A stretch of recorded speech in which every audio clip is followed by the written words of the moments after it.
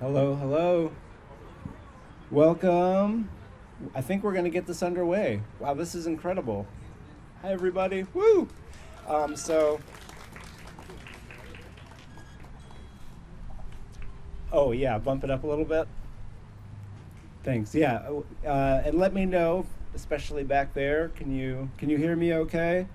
Now is it a yeah? Okay. So yeah, welcome. Thank you so much. It's great to be here back in Juneau Park, hanging out with Solomon, who's been lonely during this long, dark winter, and I think you can see a hint of a smile that we're all back here for some poetry. So, um, 11th season, kicking off with yeah. Um, And it's, kicking things off right with Ed Werstein, Freesia McKee, John Contreras, and Margot Armbruster. So thank you, the four of you, for being here. And then we'll do three more after this. So yeah, second Tuesday, June, July, August, September. So thank you so much to you, to the poets, to who are participating this evening, to our friends, Juneau Park Friends, whose generosity has allowed this series to continue through this summer. So really, for the support this year and ongoing support from the Juneau Park Friends, thank you so much. It's always a pleasure to be in this beautiful, always a pleasure to be in this beautiful space. And then we've got books here at this table. Allison there, who's waving, can sell you some books after the read. Is that everybody? I know you all want to go now, but after the reading is probably a little better. And then we have snacks and drinks over at that table for those who haven't been able to. John is showing you where. Yeah, thank you. We've been celebrating Ed, who, it's just a pleasure to have you here reading Ed, but also, but also for many, many years of service to poetry and poets in general here in the city, statewide, and for service specifically to the Wisconsin Fellowship of Poets, who are having their conference. It's the 75th, conference in Madison, which looks to be pretty spectacular. I will be away, unfortunately, but there's going to be incredible readings with Brenda Cardenas and Stephen Espada Dawson. Ross Gay is going to be there reading and doing a workshop and playing basketball, poets basketball with Ross Gay. So yeah, look into that. That's this weekend. Okay, so thank you. I think that's all the announcements. So we're just going to dive right into the poetry now, and we're kicking things off, or I should say Margot Armbruster is going to kick things off. Margot, thank you for being here. Margot studied at the Iowa Young Writers Studio in the Adroit Journal's Summer Mentorship Program, in the UK as a foil young poet, and at Duke University as an undergraduate. She is a writer and editor from here in Wisconsin who lives in Milwaukee, and we're grateful that she's here this evening. Margot, welcome.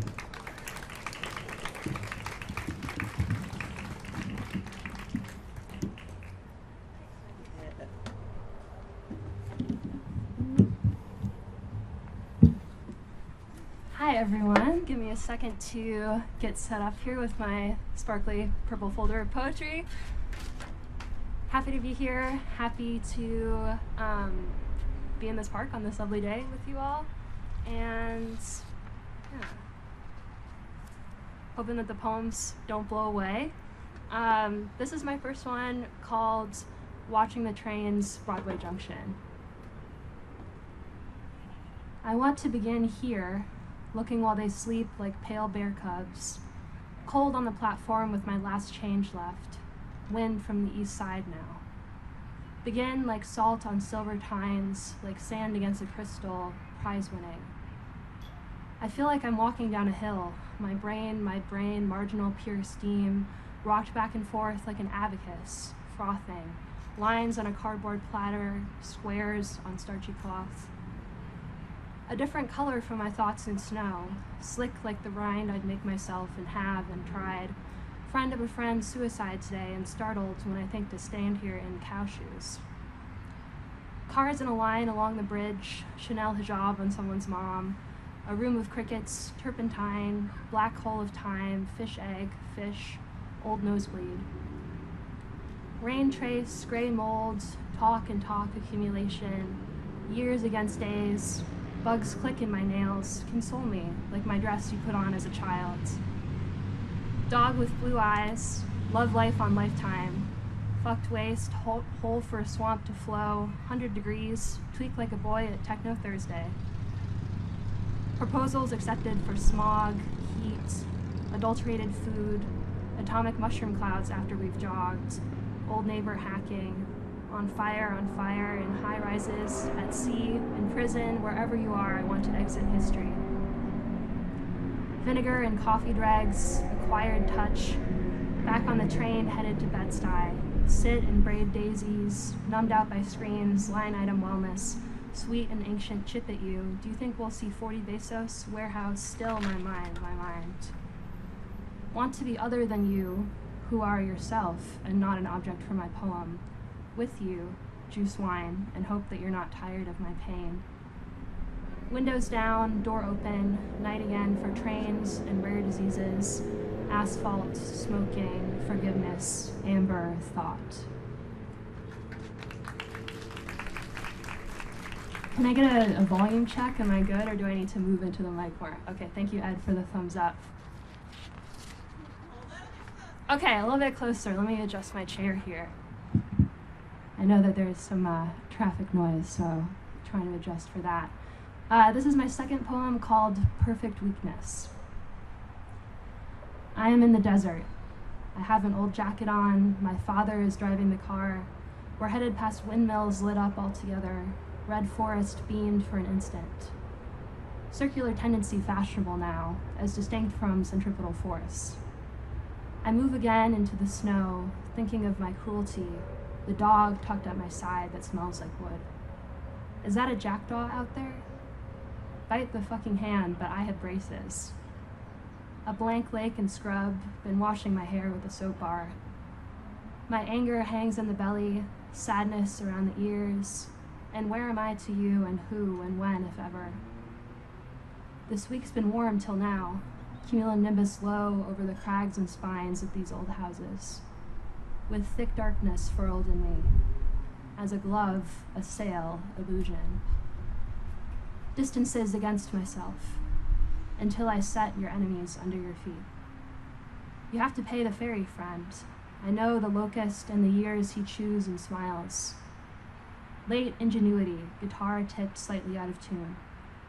Against innocence, logic, tungsten, platform shoes, my palms bright with a cold sweat. After dinner in the Red Garden, I biked home. Something I want to do will give me away.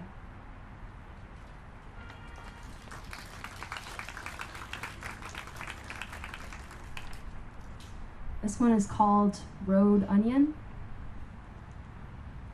Everyone sniffs as a party of bankers, while alone I parasitic on the world. Frying my leg with steel is like the future is hot and language streaks with rain across Manhattan through the fall. I was trying to say my dream where your beard grew and you called, but my ears ring bad like underwater, salt gimp, fish popped and lacquered from my trance. I string myself on beauty to be clear. Egg white and gloss, please, skin in the street, clean, blue, political, to who might come. Acquaintances from school, the men in Barcelona tape, watch me. I see an onion, 11111, wish to be ants, scarf, a variable for power. I have to get you. I am on the phone, foam puppet at a farmer's market stand, expired sanitizing grease, in drag, I think, when walking on the earth. Churning sore, rocking empty orthodoxy, kiss the stomach, gerund, number of my times toweled off, and still you see my mind? Now, before making records, slice, believe, and more is promised, O dead friend. Some moral valence satin to the ears, sweet boy, my unexplaining crumb. Being sick, I try to worship everybody. Labor, steam, pale conscience, gravy, soot. Seeing that, all I hope right now is to be here.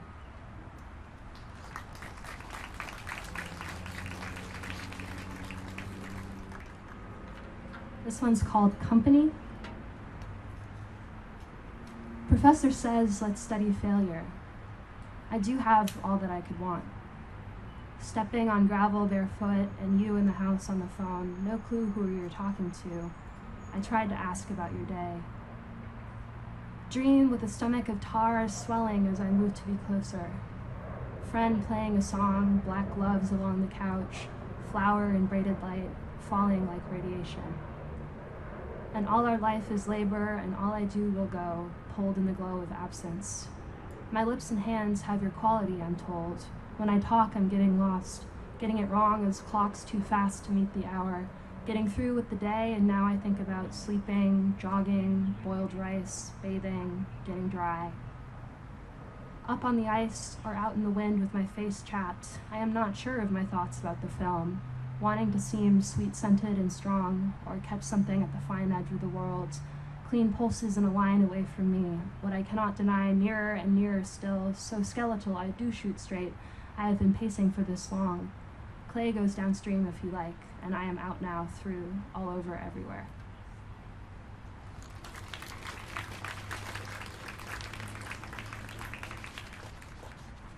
Okay, next I'll be reading a few selections from a little series of mine. These are a little old, but they are inspired by the poet Jackie Wang, who's really wonderful. If anyone hasn't read her, I encourage you to check her out. So this is Auto Theory 1 of 6, and a few will be skipped along the way. I meet some ants who say I have a good sense of humor. First dream, moss sprouting in my throat, which hurts and is a metaphor for being in love with my friend. Leaves coming from the moss, and we are on spring break in Panama, 73 degrees. Second dream, I try to donate blood but feel intimidated by the staff. I trace the edges of the faux marble floor. The whole lobby is done up in Art Deco. A hollow under my eyelid, getting deeper. Sweetness of roasted collard stalks. The fraternity next door pauses mid-seance. I experience the color as sensation in my thumb. Third dream, an old one from when I had Lyme disease as a young kid. Rabbits everywhere, liquid topaz, teeth. I make a vaporwave album. I become a monk. I complete several dozen push-ups, one after another, with very clean form on my living room rug. So plainly, I was looking for a mesa. Egyptian mathematics had no concept of zero, surprising in a developed state, but the hieroglyph for nothing meant finished, beauty, lungs. Fourth dream, very warm and sweet, slicing tomatoes up to speed the sauce. Highway laid as silk, hands in my lap, drinking a soda with pulp in it. My brother on a hill, but not so far that I can't see him. These dreams are getting vivid lately.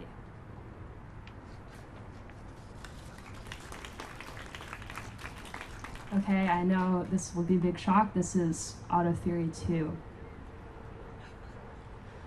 I have made myself useful, as Benjamin writes about art, and made myself flat when I went home to see you. And everything at the neighborhood market, people's old clothes, a blue baby mattress, or a mattress for babies, the beautiful girl I was with, a silent film called That's How It Goes. I used to practice the drums, my window jutting above the yard, which was a planted landfill. Snow on the Palisades in my mind. I dreamed a man crashing through tanks like a domino hung on a wire. Very convivial, I took 10 pills as we waited.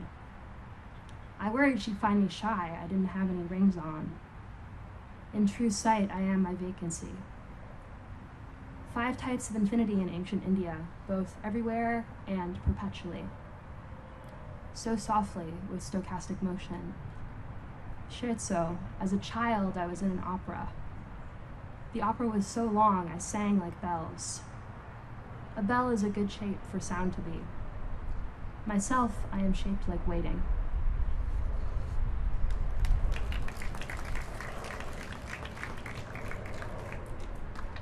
Okay, this is Auto Theory 4. Hey, can you walk me out of existence? I line the shore acquiring normal glass. Too old for pop, too unathletic for pornography. Dispossessed of what urgency I had. Wings slick in the bag, couldn't eat around you. Magenta down the shower drain. Do you like authority, my crystalline chloroform aunt? Once I'd already arrived. I got tremors, so warm for February.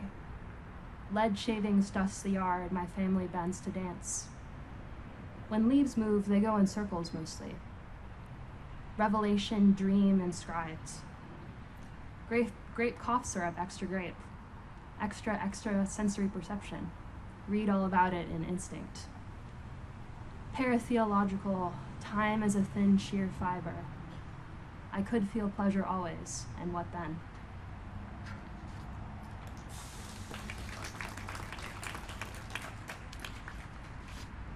Okay, this is my penultimate poem, Auto Theory 6. Then at the last second, I spilled sugar on the floor. Bruising the soles of our feet, you said, "Why are you so silent?" I reply, I was thinking then, crabgrass and dunes. Or a new idea, fragrant and cool as conversation. A clean magenta room where fronds blow like water in an old movie. If anyone but me talks to anyone but you. Lemons, salt, cracked light bulbs on the rooftop at the jazz bar. I know, acknowledging the chipper modernist envoys, ecological modernists with calcite crumbled through the atmosphere. More desperate than air, which coats, through travel and force, the eyelids and shoulder blades of the whole world. Mapping time to space, drive past the house I slept in, true enough. Hotel pool tile, ribs under skin, I know myself to be a dream. So go on chiming. With your hair up, you look younger than me. My analytic ache, the poem, I guess, makes that, or clamping features on myself. Pistachio, catmint, languid, crushed ice, blue on white, like paperwork, habitual, masculine as black nail polish and salt. Revelation in another language, or going to the store, going to talk in public. A row of hedges, becoming, if untrimmed, a single hedge. I hit a green light, I hit the moon, a dragonfly, my rent in a pale letter. Fennel, brakes, mysterious and terrible, that cloud. I would be a little boy for you who eats apricots and milk and does not like being a soldier. Real, pair of reels, pair a reel away off the water, pair a real sweet food I mostly do not eat. God on the wind, I turn and turn and turn toward.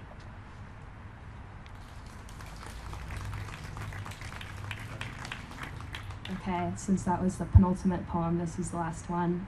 Thanks again, everyone, for having me. This is called Safety. I begin with remarks on the subject of excess, the wood smoke rising, reservable taxis, Greek salad and plastic that somebody gave me outside. I am at a location, for sure, seeking absorption, now getting extremely distracted and running around. I must protest, it's my own private honor. What do you do with money except have money and dim down the lights in your house when it's cold in the satiny dark?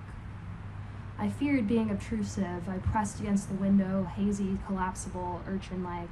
I mean a sea urchin. I was fucking gelatinous, seeking the end of a song or some caffeine. And am I the direst of Midwest deflation, or why do I act impersonal in every room like my adolescent ghost, like the guy in Andrew's dream saying eternity has teeth? I am the last country selling whitefish that tastes clean. I am a person who requires fabulation. I'm so sick of being wounded. But we are those serious contenders, tweezing my mustache now, talking the sweet vagueness of bureaucracy. I am a little knife. I love the sunlight in my eyes, the painted bus skimming a strip of road. Are you that certain still? You had just dropped your rings when I found you. A blue tattoo along one arm, a line of blisters down the other. I sprained that wrist, my only real injury as a child, on some ice outside a deli in Ohio. I was a lonely kid, played the guitar, though not that winter. But come inside, it's getting late. My wife is steaming lemons. Under an alternate distributive system, we eat roses and bread, rose salad and rose dumplings, think of equipping it like a zucchini flower. But I'm 21, which makes my wife unreal and you an amalgam. I have a book on tragic vision, which makes all seeing tragic. I have a jade paperweight. I have a dog. I have a probiotic. I don't own stock in cryptocurrency or anything. Darkness keeps shedding its integrity. In silence, in prodigality, in gold, in gold. Life is gentle, gentle nothing. Varnish, perfume, dynasties, amber, snow. My boots are oiled. Lightning and streaks across the sand. I hope you can feel more.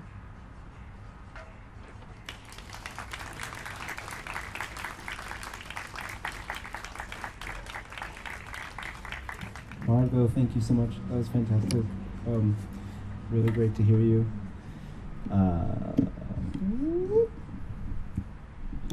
Okay, next we have John Contreras. Who's a proud member, is a Mexican American poet whose work is deeply rooted in his experiences of migration, nature, and creation. Originally from Chicago, Contreras found a profound sense of belonging in the poetry community of Milwaukee. Ever heard of it?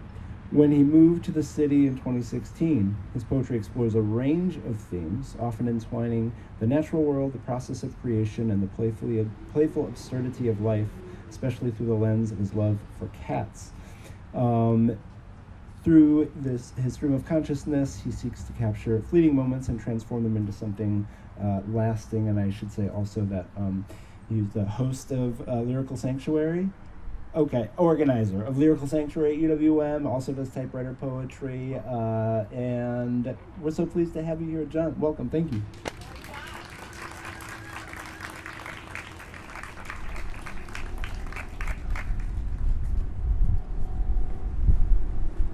Hello, friends. I'm so excited to be here, so I'm gonna just kick it off. My poetry often goes into nature and just floatiness, existentialism. That's kind of my vibe. So this first one is titled Rain Parade. When the sky grows gray and the air around me becomes dense with moisture, it eases my mind, yet aches my bones, boons in the vastness above, creating a slight shock throughout and thoroughly within. I stare as the cosmos stares back, and in a flash, a colorless life is filled with a bright white light, as if an event horizon has engulfed me. Flashes and crashes galore, frightening lightning and stoicism wavering. I behold a world at peace in a moment as naturally disastrous as much as it is monumentally sacred. Rain, rain, rain parade.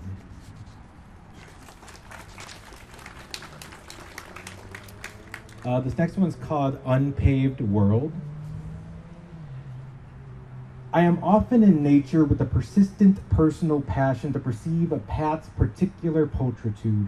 Lofty landscapes and persevering wildlife prosper, and to produce physical and somewhat spiritual extensions of bridges for countless others to observe, we must commit to extraordinary acts of exploration, stepping over stones, disturbing all that is natural, not to destroy, but to join, to be one.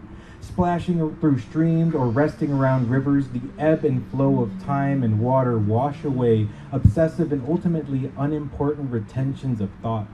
Strangely and slightly selfish in some ways, yet just so happens to merge our worlds and words. This path is exclusive to itself and encompassingly comprehensive. This new view, although not entirely uniquely created, is an unprecedented discovery. I choose to exist in a space that very few others, if any, have taken in. However, my metaphysical footprint, the truth and accountability of every step I take, are trails of found progression, redirection, and a confluence of realities manifests in one consistent place: curiosity. This world is paved with unrelenting mystery and inconsistent conclusions, directionless grasslands and multitudes of mounds, leading to both a dead end and a fruitful beginning. I choose to walk an unexplored route, for the sake of creating new ways of seeing, being, and believing, finding and mending revolutionary ways of cooperating with the ecosystem. Prickly greenish grass grants access to luscious possibilities. I can stand in the most picturesque of spaces and be the reason it is appreciated, finding wonder in delving into the cosmos of uncharted dominion and ignorantly yet purposely expanding my observable universe. Fleeing from a mundane fiction, I am enthralled in this odyssey of self-acceptance, holistic righteousness in an unpaved existence. To be yourself is to be a new person, never before revealed, uniquely you, dictated by you, narrated by you, embracing all of life as a paradox.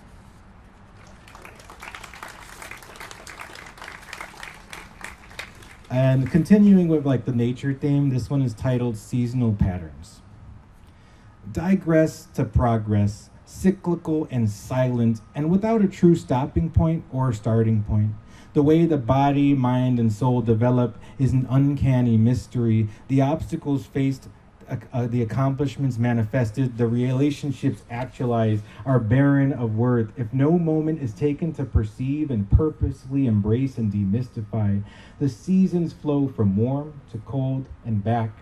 Birth and decay, revival and blooming beauty, and death will always return to importantly remind patterns are eternal, and a defining mind will see the light of day, for all sunrises must meet at event horizon, night must reign, pain must be felt, joy is not the only creator of stories, for sorrow is a punctual protagonist as well, and only through light can any relate to darkness, and only through darkness can all yearn for light.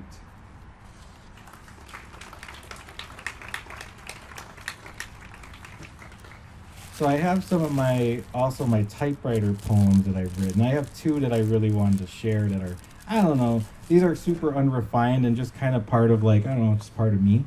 And one of which is actually at the Manitowoc Museum, the Rar West Art Museum, until the 15th of June. And the inspiration was this piece of a rabbit called Morning Bun. And this poem, which was inspired by it, is called Waiting and Waiting. Waiting and waiting through the precarious, prodigious panorama that is the present. Watching as flowers speak eloquently with the herons and bumblebees, pondering the possibility of all forever staying as tranquil as can be for as long as can be, seeking more of this picturesque scene for a painter to immortalize my being. This bright new morning is just the beginning of a fresh prelude into the eyes of creation, eyes gazing longingly for others to stare back.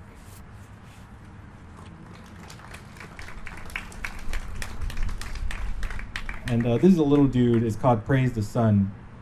An incantation of immense incandescence emancipates the mind from melancholy, cosmic orenda of sunlight beaming across the horizon and planting seeds of sorrowless potential deep within my skin. This smoldering sun-kissed sensation suggests that I am worthy of creation.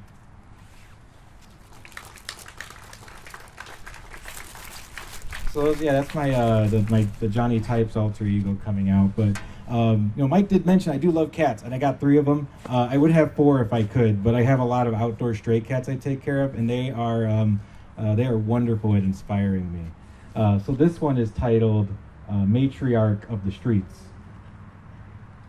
Claws drawn with swift ferocity, body whipped into a familiarly peculiar position, unimaginable disaster swelling its furry and furious chest, ready to viciously roar.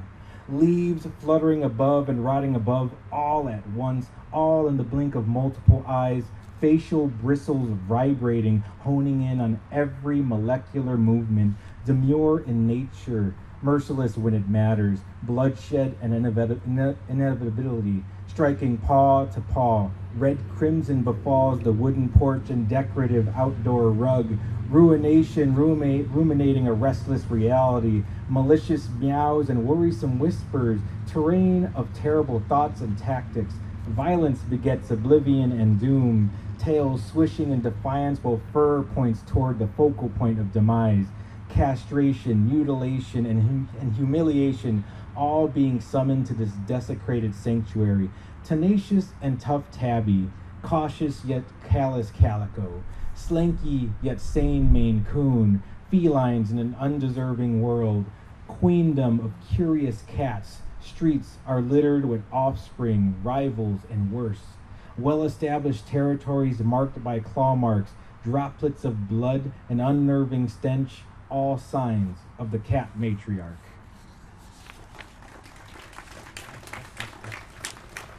And I figured 2 cat poems works, so this one is called Pause for War, so like pause, like, like their pause. So Pause for War. Queens of a 1,470 square foot kingdom, each vying for control of their personal dominion, with sharp, shrewd claws drawn, peering around every corner with a troop of whiskers, searching for irregularities, each lays claim to a peculiar ingot of esteem across their battlefield. Specializing in unique methods of war, patience is the key, lying in wait until the perfect opportunity to strike, playing the long game, sleeping with one eye open, feigning not only the height they can jump, but also the speed in which they can run and think. Aggression can only get one so far, so learning the stratagem of fellowship, building alliances signed in blood, only to seek misplaced acts of retribution and endorse a new blood-soaked signature line. These hostilities bring about chaos and disgust to those around them. Not only are the forlorn bystanders left to clean up the mess, but the petition and demand for peace to go unnoticed and ignored, pleads for tranquility only bring red, burning agony upon the hands of too many reposed members of their kingdom. Raised paws signifying only war or a lapse in peaceful judgment.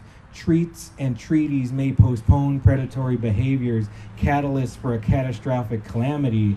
These little monsters destroy so much and make this home a lively place.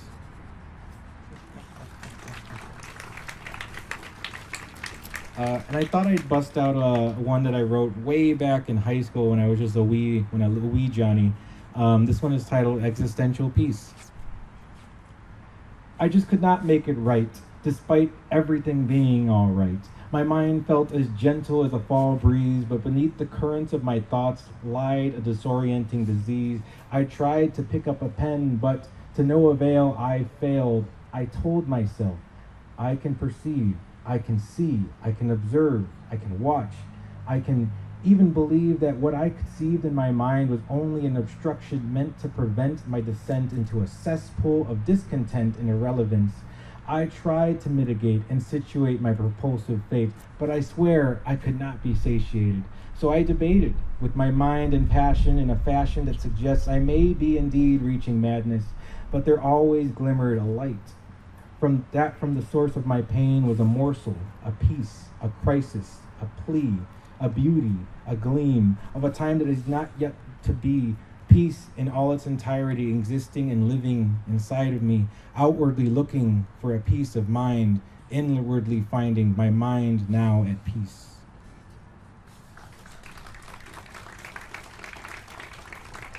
And I have one more for you all. Really excited for this one. This is called Sea of Thoughts. The impossible bending and swiftness of a fire mesmerizes my eyes, sitting and staring at the reverberation of ignition floating upward for a moment and vanishing into space. The sky above feels calm and vast, more than enough to hold all my thoughts and dreams. Even my most lofty tinkerings can linger toward the sun for all eternity. The stream of consciousness flows from my mind's eye out into an everlasting ether, scrambling to capture words that can form a sentence, to help build a message to an impossible-to-reach recipient. My future deeply desires descendant, so I must seek truth and direction. All I have to offer is a disconnected series of affectionate notes. I am figuring out reality around me one matterful moment at a time. I am writing every meaningful nuance that I could possibly manage to point out a foundation of thinking. The sea of stars all around me, millions of miles away, will be filled with my theories, esoteric inspirations for the right person to uncover at the right instance in time. And if all goes well, I will finally feel seen, and they will begin a new expedition for another to discover. Unraveling a long forgotten relic of thinking, I will be grateful if my mind's complexities can endure until the end of my time and the start of another's introspection. Thank you so much. I really appreciate you all being here.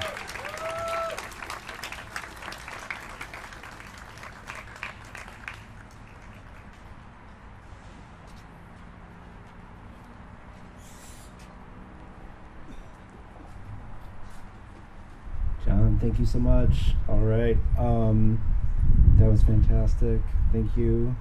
Freesia McKee is up next. Freesia is a poet, hybridist, and memoirist who writes about gender, genre, history, and place.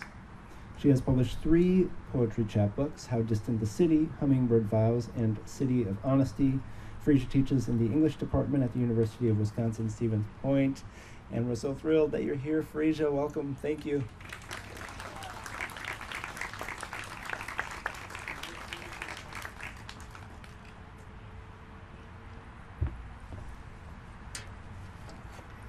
Friends, family, mentors, elders, ancestors, the land, the lake, woodland pattern, thank you.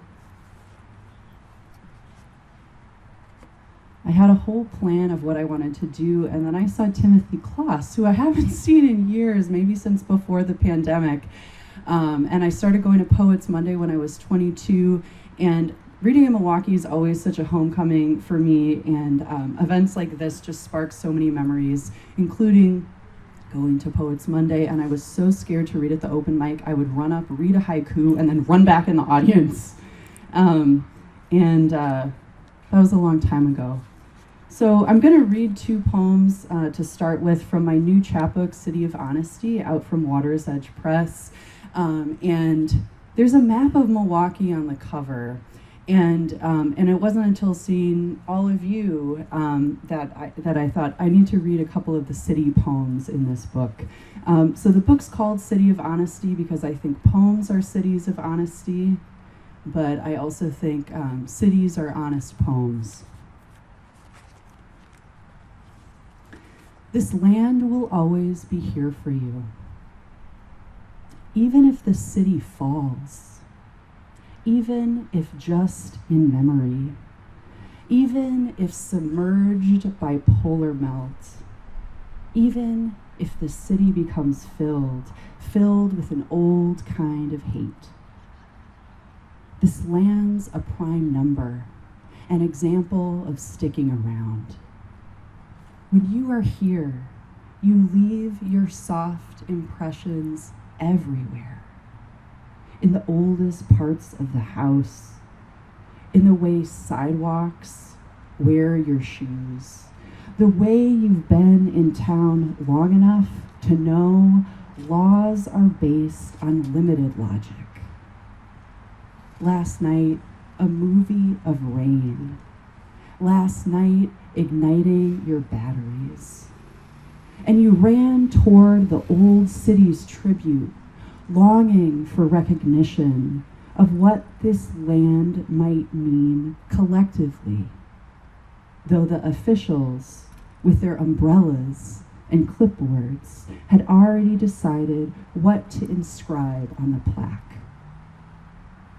Official has never meant accurate here. This land doesn't need a second memory. The land is its memory.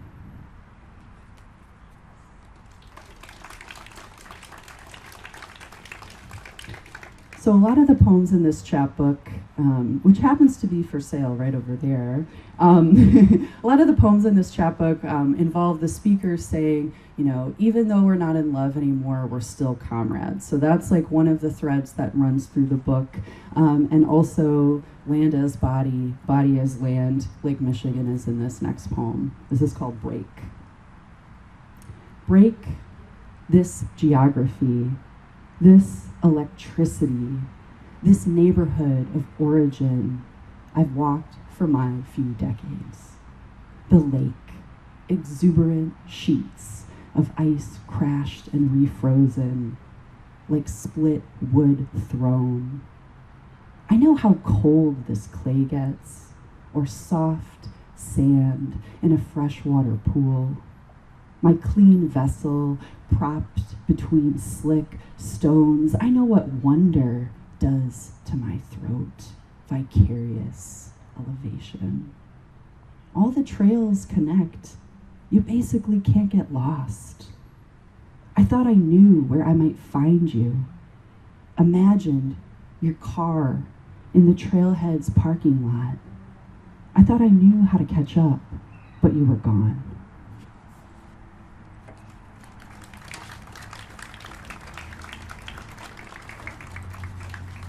So I'm going to read some newer poems from the last, 6 months or so. As poets, I think we're all trying to figure out how to respond to this moment, but also how can you not respond to this moment. So the rest of these poems kind of rest in that space. This is a poem I wrote about Los Angeles in like February or March, with fire ripping through. I got home and laid in my bed for 3 afternoon hours, watching videos about the fires in Los Angeles. I wanted a girlfriend or boyfriend or someone I could talk to 24/7 about how sad I felt knowing any home could burn. If some of these people were millionaires, who was immune? When I moved to my town, I walked through a nature preserve for the first time, and it was the most beautiful place on earth. This is both true and an exaggeration, because all I could think about was the nature preserve burning. My brain's attempt not to get too attached, or was it an intrusive thought, or was it just the truth that someday we will lose everything? I am trying to unlearn that love can save me. Ultimately, I am alone, and this makes my existence beautiful. But we are also implicated by the fact we are connected in ways we never know. When I left my bed for a cold, unburning yard of dormant trees, I managed almost not to think of it. There's so much I want to forget, like everything in this wretched place made to lose the fact we were ever safe or in danger or anywhere at all.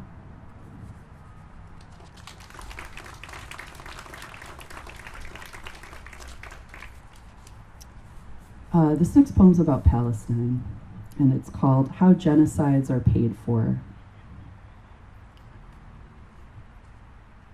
If you are lucky enough on a quiet Sunday morning for the cats to listen to your music, to worry the sound of your coffee grinder will disturb your downstairs neighbor, if you are lucky to let your body spread upon the blue chair, sharpening a standard pencil to write another poem, another electric sound for which you'll be forgiven, and you say no to an invite to loud breakfast, no to coffee out, and eat leftovers.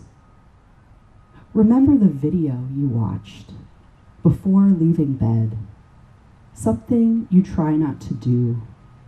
It was a video of children in Gaza, left alive after a bombing, screaming, covered in white dust. They are strangers to you, in danger, beloved children. This is the part where you describe watching the video. Connected in disconnection.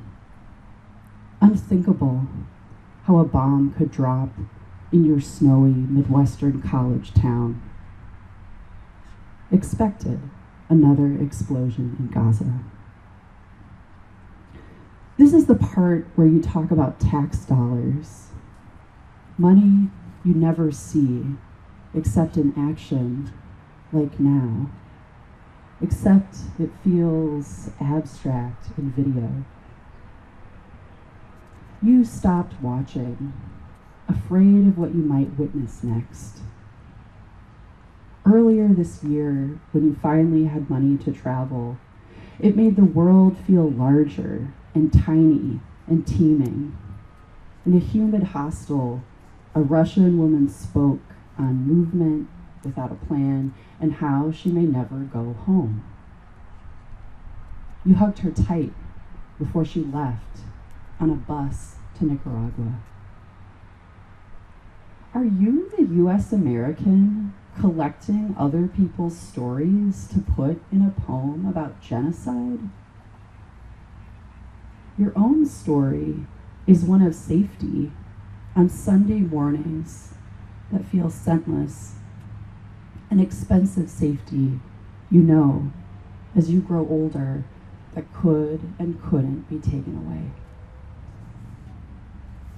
The children of Gaza are one character in this poem, a collective character lacking individual identities. This is a problem. A postal truck rolls down your street in the opposite direction of the falling snow in this town where you can see a cupola from your window. There, white people made a university upon a garbage dump, upon a burial ground of Native people, including children. You can see it. This is where everything starts and ends, the land you're on, connected to all the other land, and the way, as an adult, you think and talk about taxes, as if around here talking could make a difference. You care about these children because you were once a child, once crying for someone you could trust to see and hold you.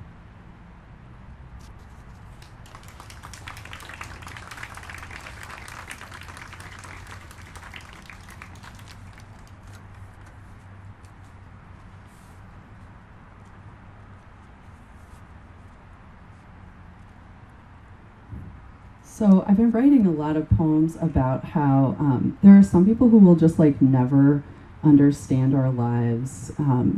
Fascists will never understand the beauty of our lives. They don't know who we are. They don't know what we do. They don't get it. And so the next couple of poems are about just like the beauty of queer life, queer intimacies, and that stuff. When she visits for the weekend, an empire begins to fall. She says she will feel it throughout her body. Close to here, another young queer is getting kicked out, phone charger tailing out their teenage pocket. Iowa passes a bill as the people chant, "Who's next?" She shows me the right angle. I touch her soft and lovely thigh. The needle retracts into the syringe. Hawks nest in nearby pines. On a river we have dammed, a beaver sleeps. A kid finds herself at the library. A friend talks about jumping on a ship. A bartender serves flat soda. We walk across a frozen lake. I stop thinking of people who couldn't take a minute to understand. She kisses my neck. No one can see. Everyone can see. Written in our own hands, a beautiful den of architecture. We're every couple who ever lived. We are like no one else. My flat tail slaps. Handheld legibility. Girl juice. It rests in my non-dominant hand. it's a pencil.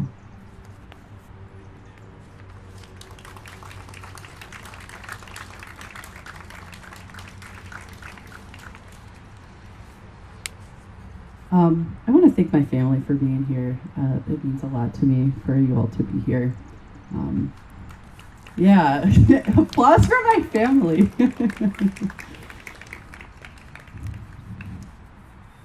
Okay, this one's called Plain Sight. A little bit of levity in this one.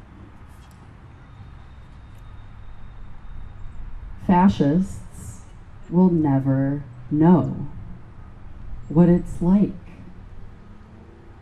to be cared for by a butch. They'll never know what it's like to want to get your bicycle fixed by a capable woman you wish to kiss.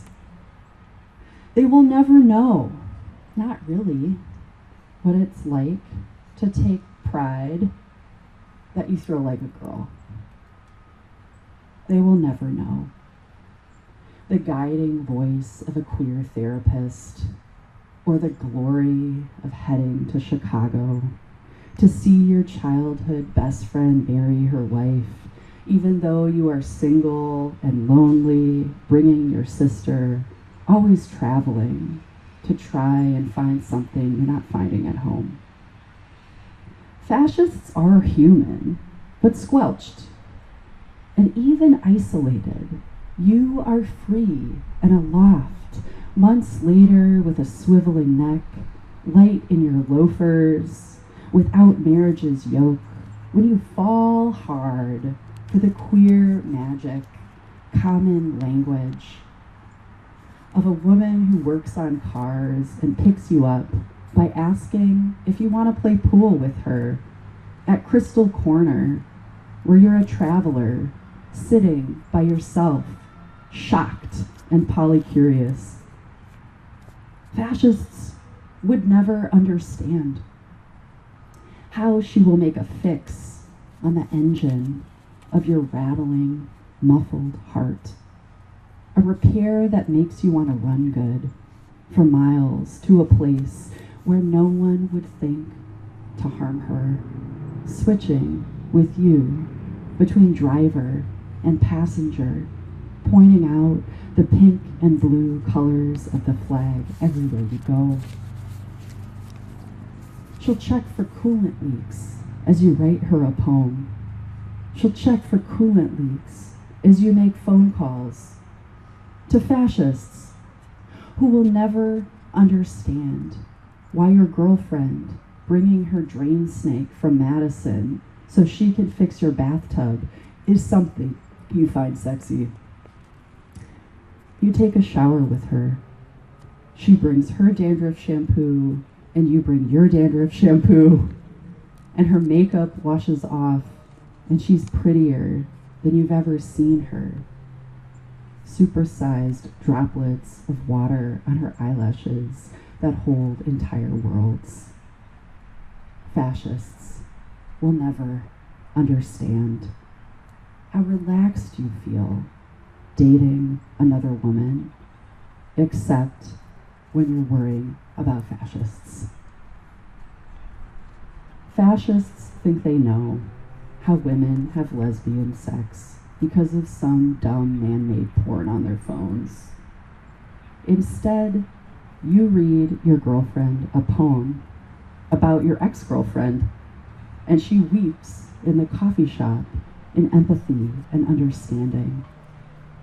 You love this about her. You're falling in love with her, not only for her brain, though if that was all there was to her, you would still drive hours just for an anti-fascist conversation.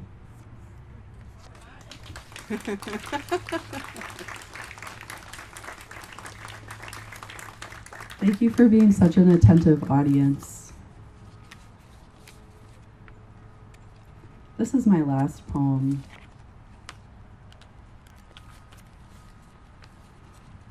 I'm angry, y'all. Poem in which I start to believe in hell, because there must be a place for them, the ones who bully professionally, the politicians, cruel, self-appointed decisioners who made us worry all Sunday for everyone we love, though for a while I've believed church has nothing to offer me. I do my close reading, secular, sober, though maybe drinking wine and eating a holy body could cure my anemia. In bed or the living room floor is the closest I get sacred protest with another woman. Such loving possibility, without it would send me to hell. It matters, and does it matter who's here, all heavenly, our soft, slow rain over nothing, not even the puzzling, pleasureless ones who think their dry will kill their problems done. The evenings I'm alone no longer feel like purgatory. I remember everything I need is here in the real world. Even so, the people who can't stand us, I'd love to send somewhere else, to a hell that doesn't exist or does. I want to believe a willingness to live with the truth makes us tender. Let me remember this middle place full of people no one can extract because our love is endless. Doesn't that mean it reaches everywhere? Forgive us our reactions to the borders drawn by hateful travelers, their differences and designations. Thank you.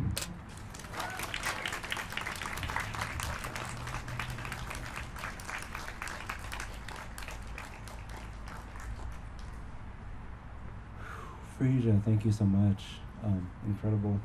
And we're closing things out with Ed Werstein, who is a proud member of the Wisconsin Fellowship of Poets. After a working career in manufacturing, workforce development, and union activity, he published his first poem at the age of 60, when his muse awoke and dragged herself out of bed. Since then, he has placed over 200 poems in various journals and anthologies. In 2018, he won the Council for Wisconsin Writers Laureen Niedecker Award, judged by Nicole Brown. He workshops his poetry with the Hartford Avenue Poets and is deeply grateful for the improvements their support has given to his poems. Ed has published 4 volumes of poetry, which can be found on his website, edwerstein.com, or at that table right over there. Ed, thank you so much. Welcome.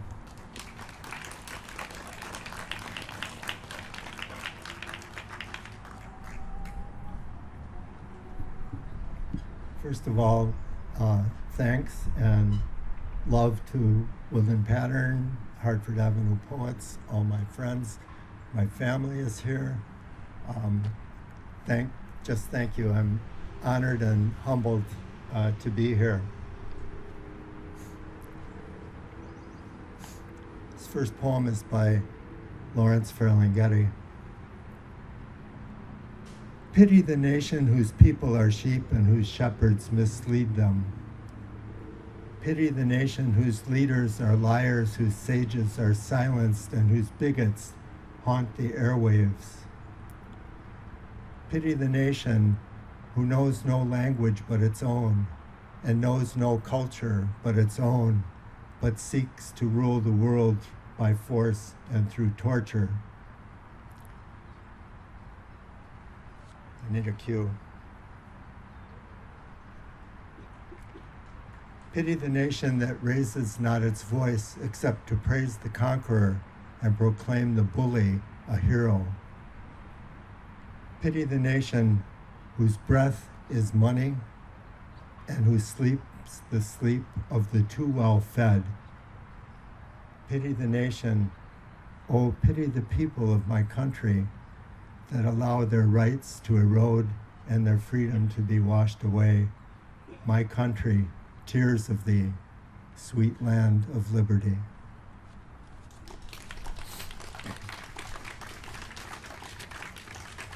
So, for the few of you that don't know, oh, you can start the clock now. For the few of you that don't know, an abecedarian is a 26-line poem, and each line starts with the letter of the alphabet, from A to Z. And for a long time I was searching for a 26-word abecedarian, and I wrote this during the first administration of our current POTUS. It's called ABC Donald. Arrogant, blowhard, conceited Donald exuberantly flaunts garish hair. I just know little men never outgrow preposterous quests. Reason sits trembling under veils, watching xenophobic, yapping zealot.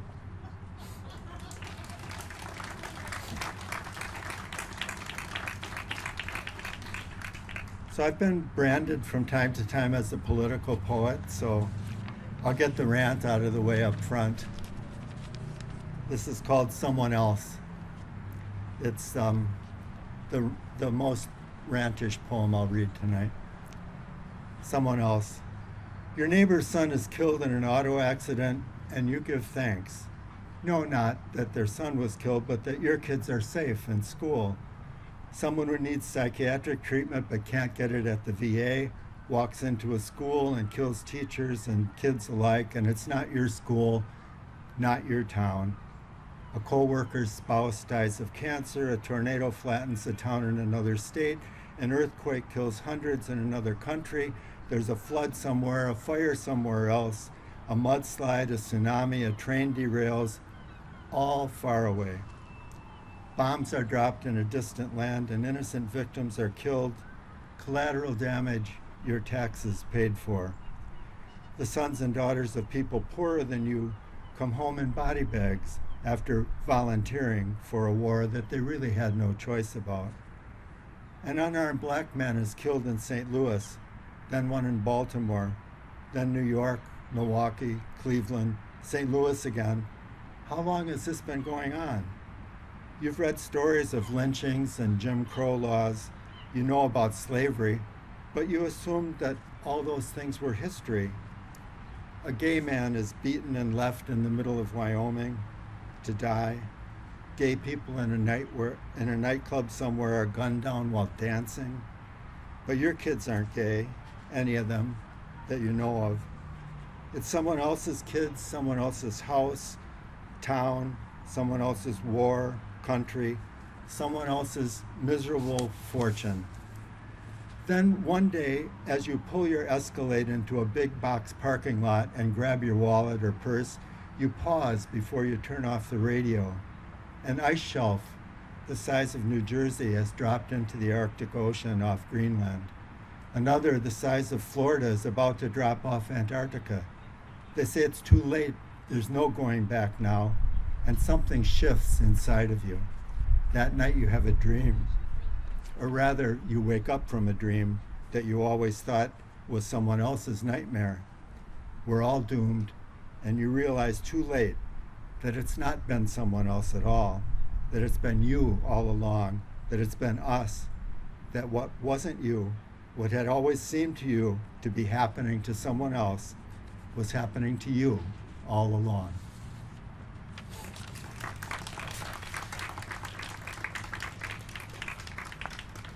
So my daughter-in-law is here. She grew up in Santiago, Chile. My son met her on his semester abroad, and they got married there in 2002, and they lived there from 2004 to 2011, and on a few trips there, I got to find common ground with her father despite the language barrier, and I wrote this poem during the year that he was sick and about to pass away.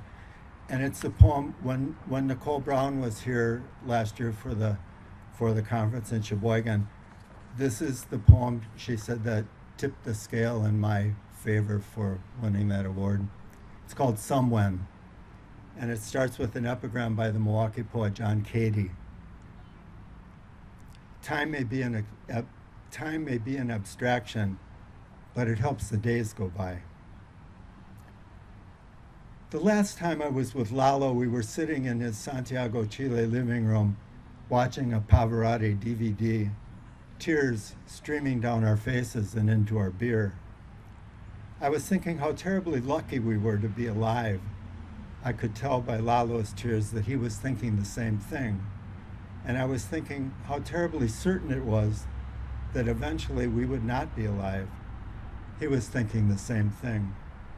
Nessun Dorma, sung with such passion, will do that to you. And now Lalo is dying. But then so am I, and just as certainly, but nobody would write, Ed is dying. But who could say I'm dying any slower than he? Who could say with certainty that I will outlive him, even though his doctors have stopped treating him? Some philosopher physicists say that all things just are, that time is an illusion caused by a conscious sequential awareness of what are actually discrete moments of being. Everything just is. Maybe Lalo and I are still sitting on that couch, salting our beers someone right now. What does now even mean if time is an illusion? We're born, we live, we die, we laugh, cry, sing, drink, all now. 5 years, 50, 100. What if it were 500? It's still just one lucky chance to live, to love, to be, and then not be.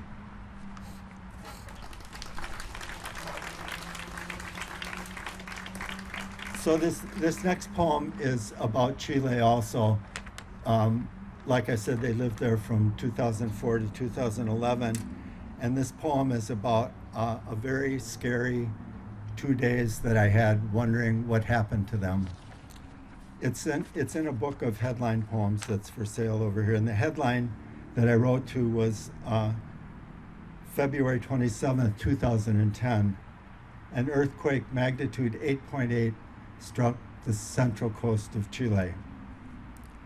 They had had dinner the night before with a friend of ours who was visiting there, and they had sent me some photos from the restaurant, and that's what prompted the poem. Still life. In the photos taken just hours before the earth shook, you are smiling, happy to have a Wisconsin visitor, happy to talk baseball and American politics, happy to introduce someone new to the flavors of pastel de choclo, that most authentic of Chilean cuisine, which sits cooling in front of you in the picture. It's thick, sweet corn crust, like the crust of Chile, still unbroken, but bubbling beneath the surface.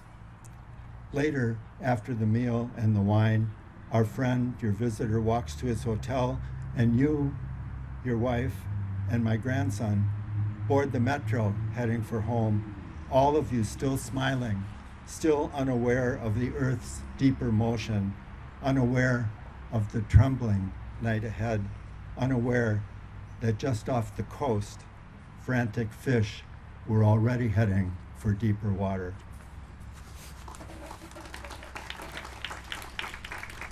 So Tom Erickson, who's also here, is a member of the Hartford Avenue Poets, and Tom and I are working on an anthology of baseball poems right now. And so we exchanged a couple of baseball poems with each other the other day, and this is one of them. I grew up on a small farm in southeastern Michigan, a very idyllic childhood. I couldn't have been luckier. We had a small farm. Next to our farm was my Uncle Carl's farm. Next to that was my grandpa and grandma's farm where they all had grown up. Next to that was my Uncle Fritz's farm. And across the road was my Uncle Jim's farm where my grandmother had grown up. So every Sunday in the summer was, my grandpa would go out on Saturday and slaughter some chickens, and we'd all get together on Sunday afternoon. And this is one of the memories from that. It's called Summer Sundays. Out the back door at the homestead came our fathers and uncles, lumbering down the gentle slope, posturing, boasting, warning us to get ready. They weren't so much tired of their card game, but they were chased by Grandma and our aunts who needed the table to prepare dinner. They had folded their spades and hearts and invaded our diamond, raised our clubs, our bats, our lumber, their strong limbs with enough left after a long week of factory and farming to teach us a thing or two about baseball. So I was at Linneman's last night for Virginia Small's feature, and she read a poem that mentioned the word palimpsest, and that prompted me to bring this poem along. I don't do a lot of rhyming, but this is a rhyming poem. It's called Poetic Language. I doubt that I will ever see a fragile word like filigree ever look so much at home as it does tucked in a poem. Another word that feels just right in a poem, say, about the fading light, if my vocabulary's feeling muscular, the sky I'd write looks quite crepuscular. And when some verse you'd like to rhyme, describing subtle changes over time, should one line end with west or best, close the next with palimpsest. Next time you see one of these three, palimpsest, crepuscular, or filigree, the odds are 9 times out of 10, a poem will be the where and when. And speaking of Linneman's, I brought this along for Tim Kloss. He's always said it's one of his favorite poems of mine. I live up the street just north of Brady on Prospect, and every summer when the air show is in town, I just want to head west. It's another headline poem. The headline was from several years ago, Fog Forces the Cancellation of the Milwaukee Air Show. Poem's titled If Only. If only it were that easy to stop a real bombing raid, mothers all over the world would pray for bad weather every day to spare their homes, their homelands, and their children. But here on Milwaukee's lakefront, the spectacle is rescheduled for tomorrow. This roaring assault on our eardrums and sensibilities is nothing compared to the price paid by others for a live ammo show, rain or shine. Here, parents bring the kids, wave flags, eat ice cream.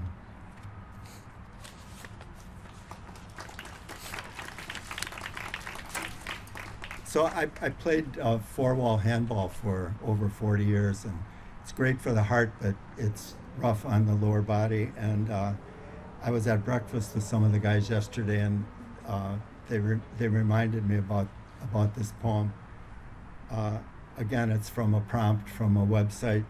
The website is Donate Life, and the headline was "One donor can save up to 8 lives." The poem's called Organ Grinder. But who, except an organ grinder, would want these? 75-year-old eyes, cataracted, full of floaters, astigmatized. Who would want a graft of this old skin, easily bruised, paper thin, dry, pocked joints without a cushion that grind and pop, ache and bind, ears ringing with bells that aren't there, brittle brain, a heart long past its warranty.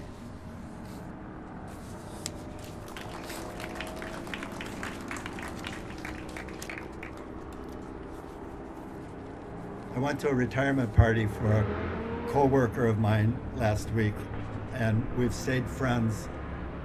I retired in 2014, so she's been working a long time since I retired. But we get together for tea a couple times a year, and this poem was prompted by a few years ago. She sat down at the table and she said, "I'm not where I belong. I'm not where I belong for Beth." What can you expect, really? The universe is so vast and we're so small, so accidental. What are the odds of occupying the proper space at the correct time? If we ever get it right, once in a great while perhaps, it's like a gift, a present of the present. Sometimes maybe it's terpsing a tango in Buenos Aires, and sometimes just talking with a friend in a tea shop.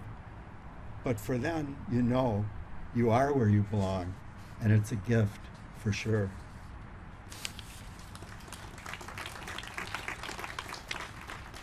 Just got a few more short poems. was prompted by watching too much late night television. 63 cents a day. The pictures you see on your screen are of poor poets, some of them starving, unable to pay the rent, pencils worn to a nub, writing on napkins lifted from McDonald's, eating ketchup packet soup with saltines. But you can help. For a donation of just $19 a month, you can bring new hope to a struggling poet. That's right, just 63 cents a day, and you can provide real food, new pencils and notebooks, and best of all, new inspiration to a poet on the verge of despair. And if you donate in the next 10 minutes, you will receive an autographed copy of the poet you sponsor, a limited edition I Saved a Poet t-shirt, and a framed poem that your gift inspired. So call now. What's 63 cents a day compared to a poet's life?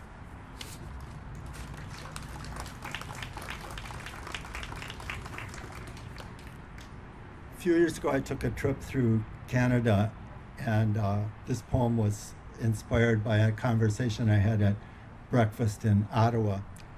The poem is titled L'Esprit d'Escalier, which is a French term which roughly means the wisdom of the staircase, and it refers to you're in a conversation and you know you want to respond, but it's later that day when you figure out what you should have said. So, L'Esprit d'Escalier. At breakfast at a hotel in Ottawa, a man asks, "Have you visited Canada before?" I replied that my high school band in Michigan had marched in May Day parades in Windsor in the 60s. Windsor, he said, that's not really Canada, that's like Detroit. I didn't know what to say. I shrugged. Later that day, I thought, exactly. Windsor is just like Detroit, except everybody there has health care.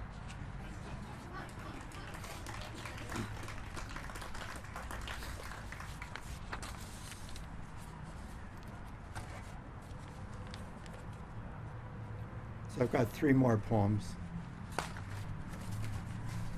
If I can keep the wind from blowing.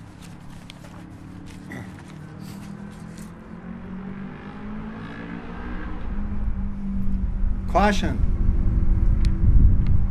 The contents of this poem are hot. The use of an oven mitt when handling this poem is recommended. Mishandling may result in serious burns. Open with care. The contents of this poem are under pressure. Refrigerate after opening. Due to the risk of injury, including possible suffocation, do not place this poem within the reach of infants or children. Do not read this poem while under the influence of drugs or alcohol. Reading of this poem is not to exceed 20 minutes. If experiencing shortness of breath or dizziness, exit this poem immediately and seek medical attention. Do not read this poem if you are allergic to poetry. Use this poem only as directed. Serious or even fatal side effects may occur. The most common side effects are ranting, punning, doggerel, triteness, and obscure references. If you experience any of these side effects, consult your state's poet laureate immediately. Wear a seatbelt while operating this poem.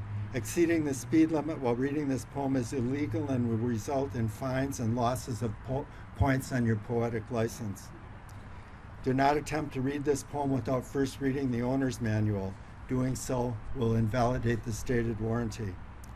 Ask your doctor if your heart is healthy enough to read this poem. Seek medical attention if reading this poem causes an erection lasting more than 4 hours. You may cancel your subscription at any time and receive a full refund. Just return the unread portion to your local library. Call within the next 10 minutes and receive a bonus poem at no extra charge. Just pay shipping and handling.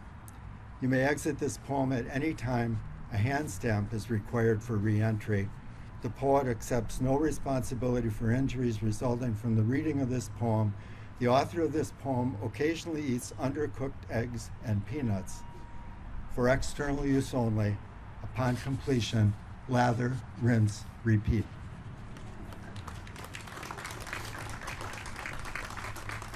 Two more short ones.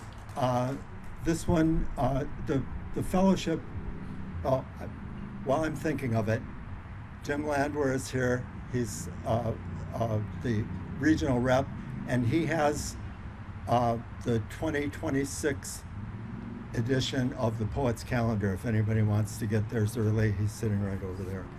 So the fellowship has a journal that's published 3 times a year. It's called Bramble, and I was fortunate to get a poem in the last issue. It's called A Rare Sex Dream at 75. My succubus drives a Subaru, but she's no less sexy than your succubus. I'm attracted to practical women in flat heels that drive Outbacks. I stand on the side of the road and put out my thumb. She pulls over and I get in. She hands me the keys and says, "Drive me into tomorrow." We climb in the back, and until I wake up, I'm 30 again.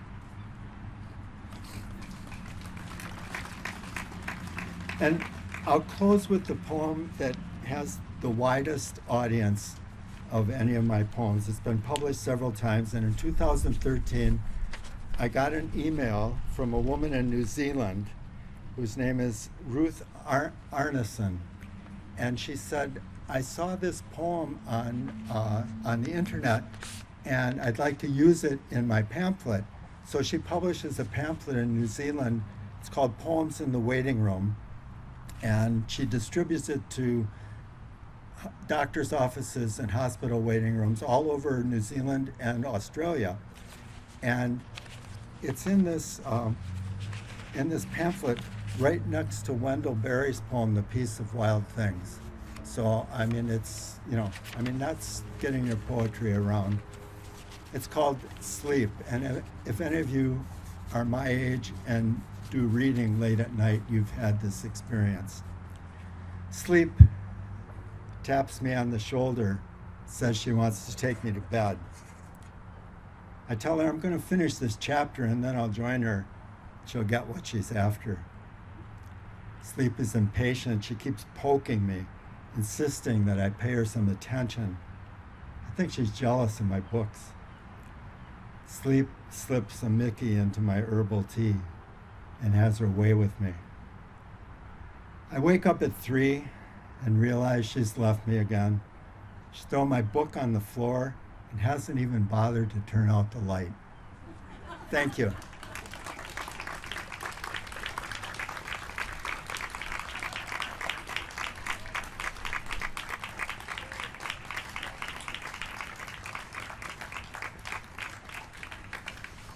Ed, thank you so much. So thank you, Ed. Thank you, Freesia. Thank you, John. Thank you, Margot. Wonderful readings all around.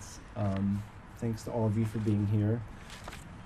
This is a flyer for Poetries in the Park.